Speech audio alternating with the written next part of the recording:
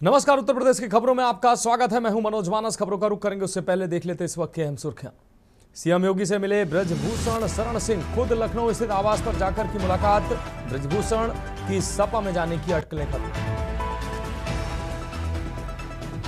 अखिलेश यादव का योगी सरकार पर हमला, बोले युवा विरोधी पार्टी है भाजपा सरकार, आउटसोर्सिंग की व्यवस्था से अंधेरे में नौजवानों का भविष्य।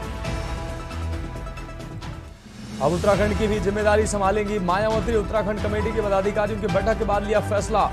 मायावती ने पदाधिकारियों से लिया फीडबैक। प्राथमिक स्कूलों की बंदी को लेकर हंगामा जारी। महाराजगंज से लेकर सीतापुर तक बच्चे परेशान। मासूम बच्चों ने प्रशासन से स्कूल बंद नहीं करने की लगाई गुहार। कुशीनगर में कब्र से 300 मीटर दूर मिला शव के पास झाड़ियों में मिले संदिग्ध कपड़े। दफनाने के 2 दिन बाद कब्र से लापता हो गया था शव। और सावन के दूसरे सोमवार पर आस्था अपार, शिवालयों में हर हर महादेव की गूंज। जलाभिषेक के साथ विधि विधान से पूजा अर्चना के लिए जुटे भक्त। आप देख रहे हैं के न्यूज, खबरों का सारथी। और अब खबरें विस्तार से। अहम खबर से बुलेटिन की शुरुआत करेंगे। प्रदेश की राजधानी लखनऊ से अहम खबर। इस वक्त की ये बड़ी खबर सामने आ रही है। 3 साल बाद योगी से मिले हैं ब्रजभूषण शरण सिंह।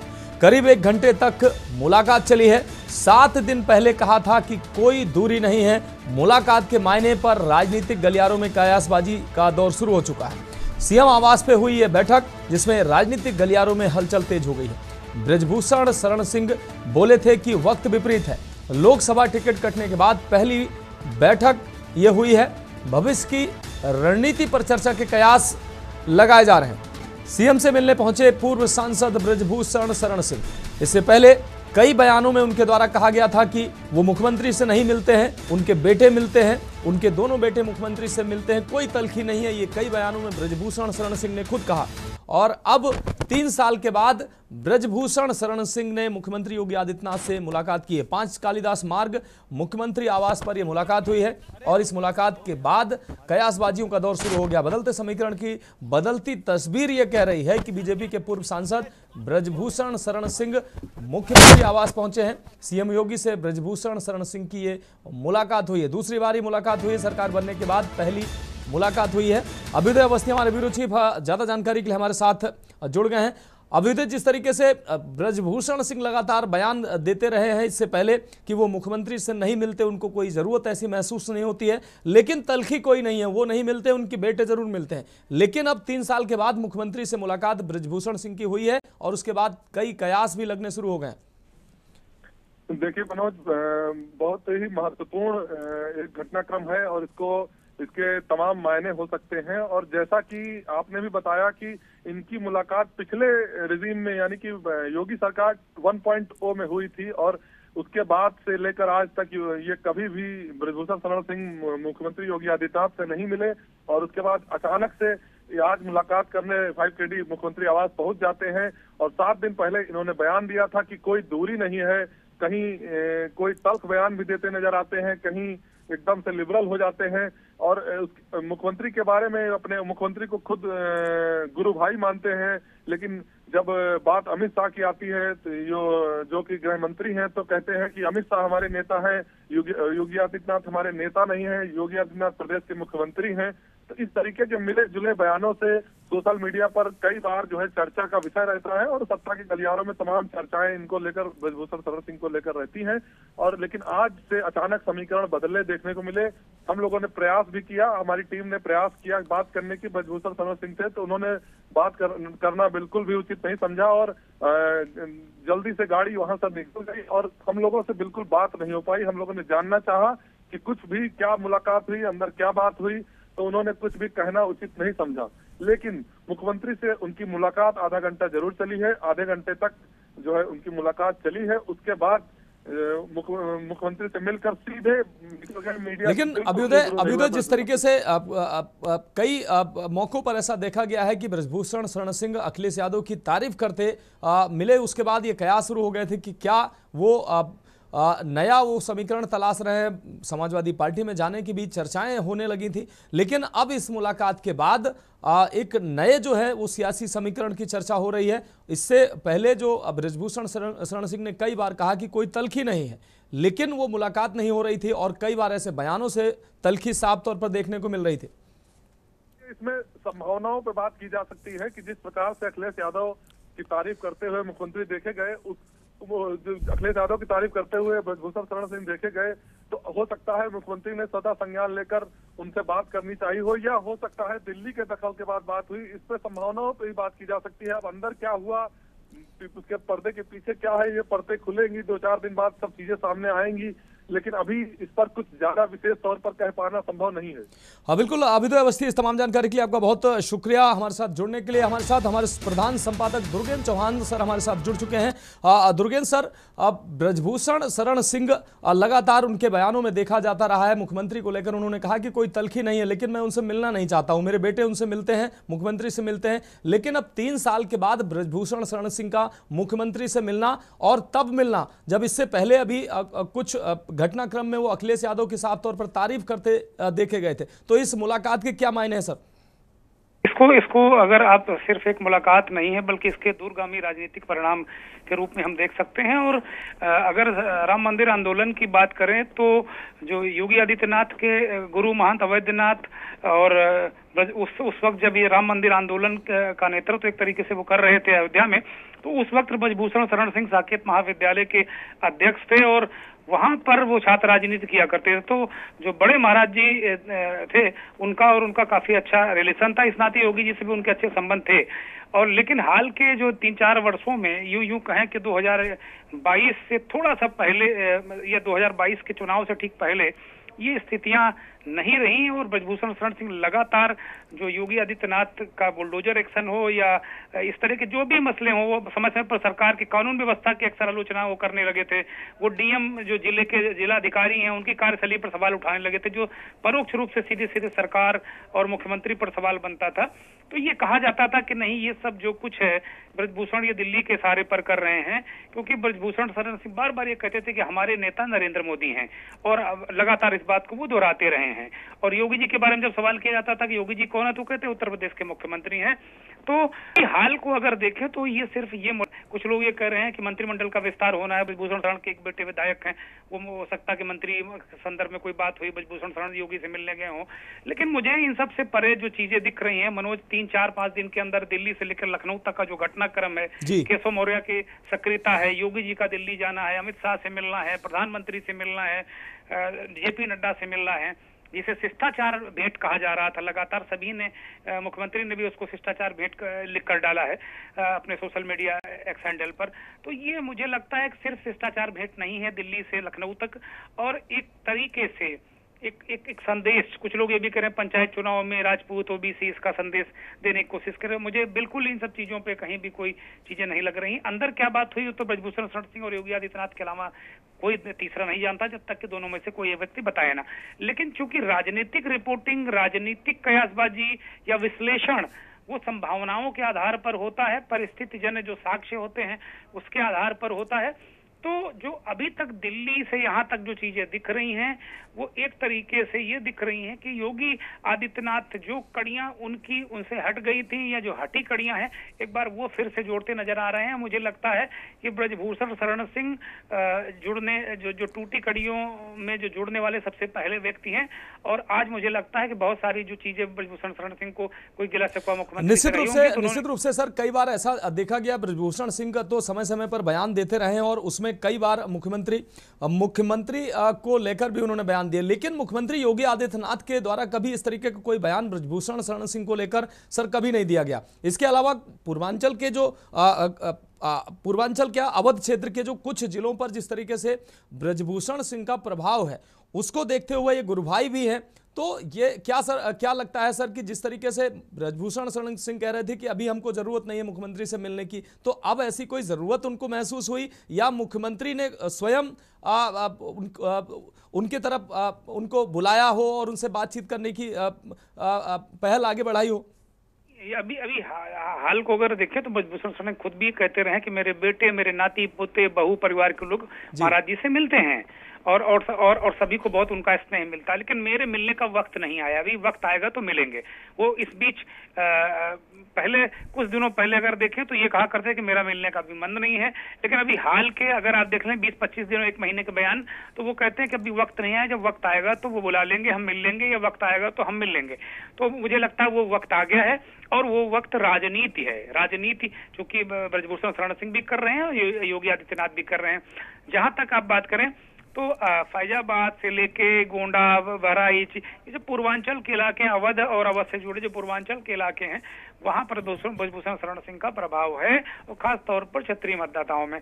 और योगी आदित्यनाथ इस देश के बहुत बड़े नेता हैं, तो कहीं ना कहीं जो मैंने बार बार इस बात को कहा कि कहीं ना कहीं जो राजनीतिक रूप से कहीं अपने आप को बहुत समर्थ बनाए रखने के लिए कभी कभी बहुत ताकतवर नेता भी अपने जो पुराने हिसाब किताब वो जो सही कर लेता है, जो खाता बही दुरुस्त कर लेता है, वही राजनीति में सरवाइव करता है। मुझे लगता है योगी आदित्यनाथ उन नेताओं में हैं, बहुत समझदार नेता हैं वो, और बहुत सारी चीजों को लेकर वो मुझे लगता है कि जो भी हिसाब किताब है वो ठीक कर ले रहे हैं, क्योंकि योगी आदित्यनाथ को भी बहुत लंबी लड़ाई पार्टी के अंदर लड़नी है और फिर पार्टी के बाहर लड़नी है विपक्ष से।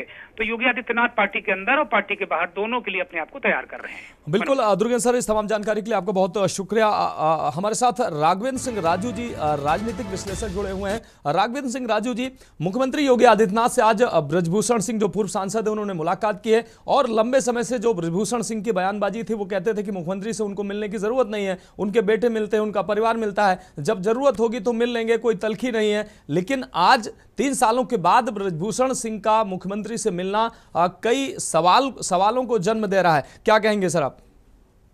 जाहिर सी बात है, राजनीति नहीं है, शतरंज का दौर है जी। कल कुछ और था, आज कुछ और है जी। जो डैमेज कंट्रोल हुआ लोकसभा चुनाव में, और आपने देखा होगा पश्चिमी उत्तर प्रदेश और पूर्वांचल में, जिस तरीके से पूर्वांचल का अगर आप पूरा रिपोर्टिंग देखेंगे, ग्राउंड रिपोर्ट देखेंगे, उसमें जो भाजपा की सहयोगी दल थे, जो बार बार पीडीए का राग अलाप रहे, पार्टी के साथ रहते हुए अलाप रहे, और वो पीडीए फार्मूला बना करके जिस तरीके से पार्टी को, जिस पार्टी ने उनको इतना सम्मान दिया, तो मैं समझता हूँ जो डैमेज कंट्रोल है, उस डैमेज कंट्रोल को सही मैनेजमेंट के माध्यम से योगी जी आज हिंदुत्व का पूरे विश्व में एक बहुत बड़ा चेहरा है।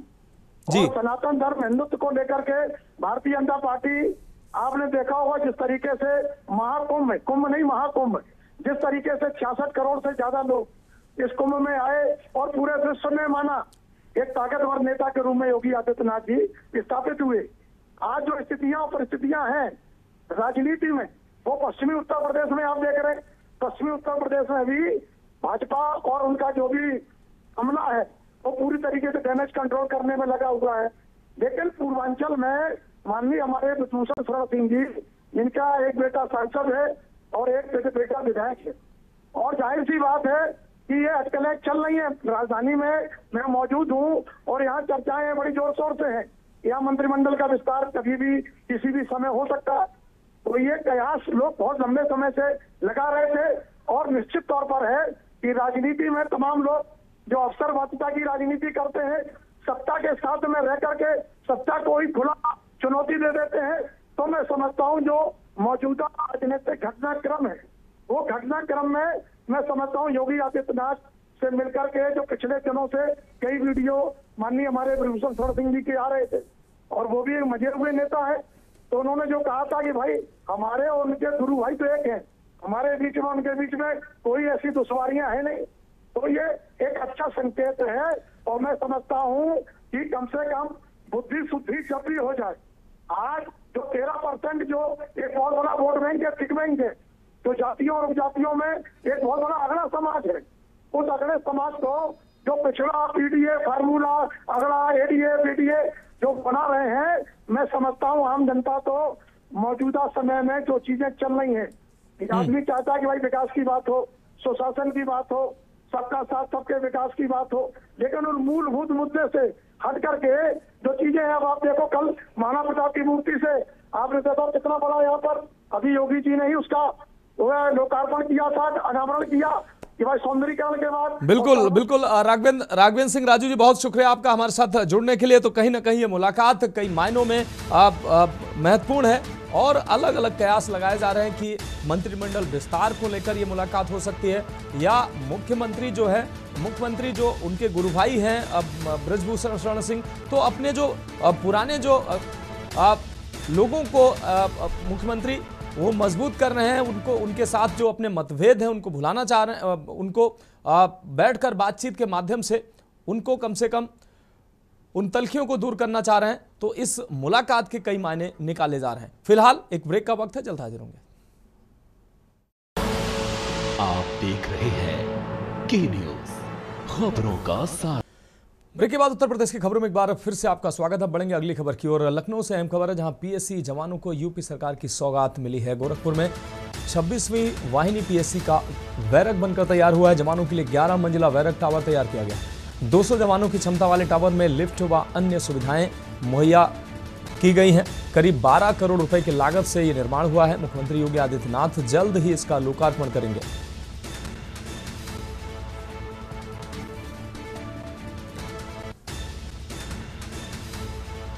तो पीएससी जवानों के लिए 11 मंजिला यह बैरक टावर बनकर तैयार हुआ। 200 जवानों की क्षमता वाले इस टावर में लिफ्ट व अन्य सुविधाएं भी उपलब्ध होंगी।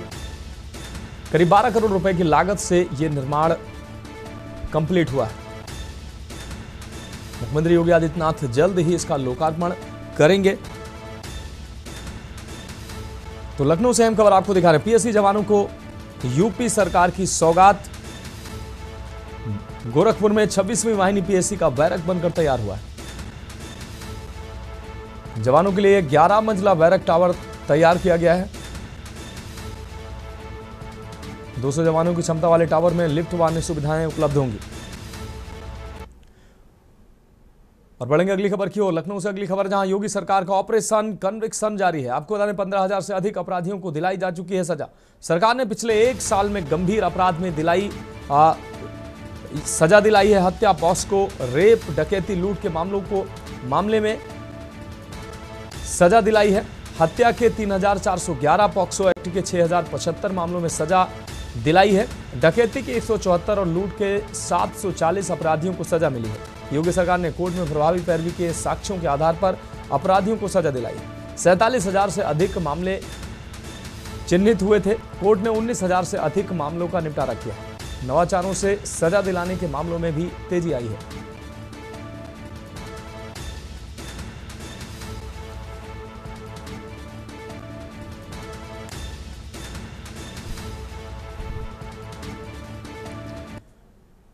और अगली खबर कुशीनगर से है। कब्र से गायब 100 बरामद हुआ है। आपको बता दें कुछ दूरी पर झाड़ियों में पड़ा मिला है 100 के पास मिले संदिग्ध कपड़े। 100 निकालकर तंत्र मंत्र करने की आशंका जताई जा रही है। चेचक से पीड़ित नाबालिग गुलफसा खातून की हुई थी मौत। नाबालिग के 100 को कब्र में दफनाया गया था। वहीं 2 दिन बाद 100 गायब हो गया था। कब्र से 100 गायब होने के बाद हड़कंप मचा। परिजनों ने पुलिस को इसकी सूचना दी। पुलिस ने कब्र से लगभग 300 मीटर की दूरी पर 100 बरामद किया है। पठेरवा थाना क्षेत्र के टोला सहदौली का यह पूरा मामला है।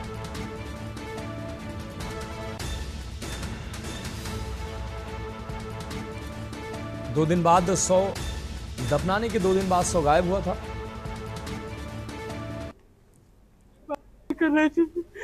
आपको कुछ भी नहीं हुआ, ट्रीटमेंट कर रहे थे, उन्हें नहीं आराम हुआ। 17 तारीख को मैं दिन भर हुआ था, 18 तारीख को दिन भर था रात में, 18 तारीख को 12 बजे के बाद से 19 तारीख का डेट लगा। मैं 18 तारीख को 9 बजे ब्लड दिया हूँ और ला के ब्लड चढ़ रहा था, आधा ब्लड चढ़ा था। 19 तारीख के डेट में 1 बजे के बाद 1:20 या 25 मिनट में वो ऑफ हो गया। दिनांक 21 जुलाई 2025 को थाना पठेरवा पर तबारक अली पुत्र बिस्मिल्लाह अंसारी शाकिन पठेरिया द्वारा सूचना दिया गया कि उनकी पुत्री, जिसकी उम्र लगभग 10 वर्ष थी, जिसकी दिनांक 18-19 जुलाई 2025 की रात्रि में बीमारी की वजह से मृत्यु हो गई थी। उसके शव को उनके द्वारा दिनांक 19/7/2025 को गांव के कब्रिस्तान में दफनाया गया था। बढ़ेंगे अगली खबर की ओर। लखनऊ में आज IACC और स्वाति फाउंडेशन के संयुक्त तत्वाधान में एक विशेष सेमिनार का आयोजन किया गया, जिसका उद्देश्य था महिला उद्यमियों को प्रोत्साहन देना और सशक्त समाज के निर्माण पर मंथन करना। कार्यक्रम की मुख्य अतिथि उत्तर प्रदेश की राज्यपाल आनंदीबेन पटेल रहीं, जबकि विशिष्ट अतिथि नम्रता पाठक और प्रदेश सरकार के मंत्री दिनेश प्रताप सिंह ने भी कार्यक्रम में शिरकत की। पूर्व मंत्री स्वाति सिंह की भी मौजूदगी कार्यक्रम की गरिमा को प्रदान करता नजर आया। सेमिनार के दौरान महिलाओं की प्रतिभा, नेतृत्व क्षमता और उद्यमशीलता पर गहन चर्चा हुई। कार्यक्रम में विभिन्न क्षेत्रों से आई महिला उद्यमियों को सम्मानित भी किया गया। राज्यपाल आनंदीबेन पटेल ने कहा कि महिलाओं को आगे बढ़ने के लिए ऐसे मंच जरूरी है। जब महिला सशक्त होगी तभी समाज भी सशक्त होगा। सेमिनार में यह संदेश दिया गया कि महिला उद्यमियों को न केवल आर्थिक अवसर मिले बल्कि नीति निर्धारण में भी उनकी भागीदारी सुनिश्चित की जाए। सबसे पावन महीना माना गया है, एक त्योहारों का ऐसा महीना बाबा विश्वनाथ जी को जो इतना प्रिय है, और विशेष रूप से हमारे यहाँ जितनी मातृ शक्ति है, हमारी बहनों का सौभाग्य का महीना माना गया है सावन। और ऐसे में आज ये ऐसा सुंदर उत्सव सावन के सोमवार के दिन आयोजित हुआ, जिसमें अलग अलग क्षेत्रों में कार्य कर रही स्त्रियों को न सिर्फ उनका सम्मान किया गया, बल्कि अपने अपने क्षेत्र में कुछ स्थापित महिलाओं ने भी अपने संघर्ष की बातें यहाँ पर साझा की। उनमें मैंने भी अपनी बात कही, यहाँ पर अलग अलग क्षेत्रों से की, और सबसे बढ़ करके यहाँ पर आज उत्तर प्रदेश की आदरणीय राज्यपाल महामहिम आदरणीय आनंदीबेन पटेल मैडम ने अपने लंबे सुदीर्घ अनुभव से जो बातें यहाँ कही हैं, और उन्होंने यही बात उनका मूल थोड़ा नीचे दबाइए। सारे वक्तव्य में यही था कि इतने विशाल देश में, विशेष रूप से विशाल उत्तर प्रदेश में,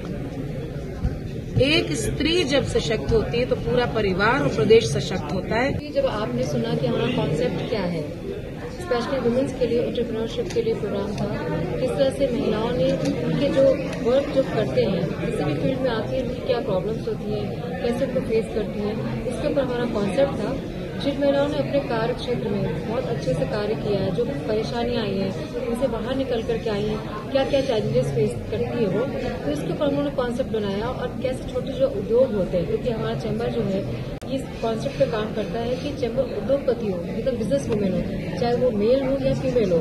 स्पेशली उन्होंने फीमेल्स के ऊपर ये कॉन्सेप्ट रखा था कि कैसे कैसे इसको करना है, कैसे आगे बढ़ना है, क्या चैलेंजेस है, और आगे उनको कैसे हम जो भी प्रॉब्लम्स है उनको कैसे हम उनका सोल्यूशन थोड़ा नीचे करिए भाई, थोड़ा नीचे करिए। तो बस मैं ये कहना चाहूंगी कि चाहे उद्योग छोटा हो या थोड़ा नीचे करिए बाबू, हमेशा विजन क्लियर होना चाहिए। और अगर मैं जो स्त्रियां हैं आज की, जो वुमेन्स हैं, वो इतनी स्ट्रॉन्ग है कि वो कुछ भी कर सकती हैं। यही हमारे प्रोग्राम का कॉन्सेप्ट है। रुक करेंगे अगले अहम खबर का। कानपुर नगर निगम की स्वच्छता रैंकिंग में बेहतर प्रदर्शन के बाद नगर निगम के अफसरों में खुशी की लहर दौड़ गई है। इस उपलब्धि का श्रेय अधिकारियों ने सफाई कर्मियों यानी कि सफाई योद्धाओं को दिया है। इसी के तहत आज नगर निगम मुख्यालय में सम्मान समारोह का आयोजन किया गया। इस मौके पर महापौर प्रमिला पांडे ने शहर के विभिन्न जोनों से आए करीब 200 सफाई कर्मियों को प्रशस्ति पत्र देकर सम्मानित किया। महापौर ने कहा कि शहर को स्वच्छ और सुंदर बनाने में सफाई कर्मचारियों का योगदान सबसे अहम है और आज का ये सम्मान उसी योगदान की सराहना है। महापौर ने यह भी कहा कि हम चाहते हैं कि नागरिकों और सफाई योद्धाओं के सहयोग से कानपुर स्वच्छता रैंकिंग में और बेहतर करें। नगर स्वास्थ्य अधिकारी अमित सिंह ने जानकारी दी कि कुल 1200 सफाई कर्मियों को प्रशस्ति पत्र देकर सम्मानित किया जाएगा, जिसमें से 200 कर्मचारियों को महापौर द्वारा मुख्यालय में और बाकी 1000 कर्मियों को उनके जोन में प्रशस्ति पत्र वितरित किए जाएंगे। जो हमारे सफाई प्रहरी थे, मैं इन्हीं के बल पर 13वें नंबर पर आई हूँ। तो आज मैंने उनके साथ नाश्ता पानी करने के लिए मैंने अपने डॉक्टरों से बोला, तो आज इन लोगों ने व्यवस्था की। 12 सही लोगों के लिए हमने टिफिन की व्यवस्था किया था, क्योंकि हमारे 6 जोन है तो एक जोन में 200 टिफिन, उसको उनको वितरण किया और सबसे आराम से सब लोगों ने अब नाश्ता पानी करेंगे। इन्हीं के और मेरे डॉक्टरों के और इस बार शहर वासियों के भी थोड़ा सा दम लगाने से हम 13वें पर आए हूँ। मैं यहाँ की जनता से अपील करती हूँ, शहर आपका है, स्वच्छ रहेगा, सुंदर रहेगा, तो यहाँ हम हमारे आने वाली पीढ़ी स्वच्छ और सुंदर होंगे। खबर कानपुर से है, जहां घाटमपुर तहसील क्षेत्र के रेवना गांव से ये अहम खबर है, जहां युवाओं को सरकारी नौकरी का सपना दिखाकर लाखों की ठगी की गई है। रेवना गांव के पीड़ित नागरिकों ने बताया कि पड़ोसी गांव इस्माइलपुर का रहने वाला स्वतंत्र कुमार सोनकर नामक व्यक्ति उनसे मिला और सरकारी नौकरी दिलाने का प्रलोभन दिया। हर युवक से नौकरी के एवज में मोटी रकम वसूली गई। भरोसे में आए युवाओं ने अपनी जमा पूंजी यहां तक कि कर्ज लेकर भी लाखों रुपए दे दिए। रुपए मिलते ही आरोपी गांव छोड़कर फरार हो गया और मोबाइल नंबर भी बंद कर लिया। ठगी का एहसास होने पर पीड़ित युवाओं ने मामले की लिखित शिकायत पुलिस को दी है। पुलिस ने आरोपी के खिलाफ गंभीर धाराओं में मुकदमा दर्ज कर लिया है, लेकिन 6 महीने बीतने के बाद भी गिरफ्तारी नहीं हो पाई है। नाउम्मीदी से जूझ रहे पीड़ित अब एसीपी कार्यालय घाटमपुर पहुंचे हैं और आरोपी की तत्काल गिरफ्तारी की मांग कर रहे हैं। युवाओं का कहना है कि अगर जल्द कार्रवाई नहीं हुई तो वे धरना प्रदर्शन करने को मजबूर होंगे।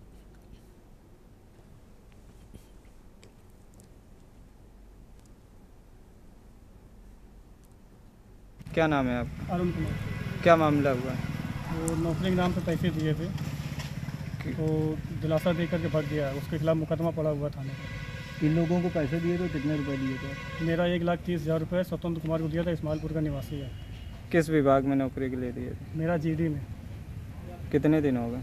मेरा समथिंग हो गया 1 जनवरी 2023 का पैसा। कहाँ का रहने वाला, कैसे संपर्क हुआ आपका? इस्माइलपुर का रहने वाला है, मेरे बगल वाले गांव का। हाँ। साथ में कोचिंग वोचिंग करता रहा, फिर नौकरी वोकरी बता रहा, हम एयरफोर्स में है। हाँ। दिलासा दे करके फिर वो फरार हो गया। कितने लोगों को पैसा है?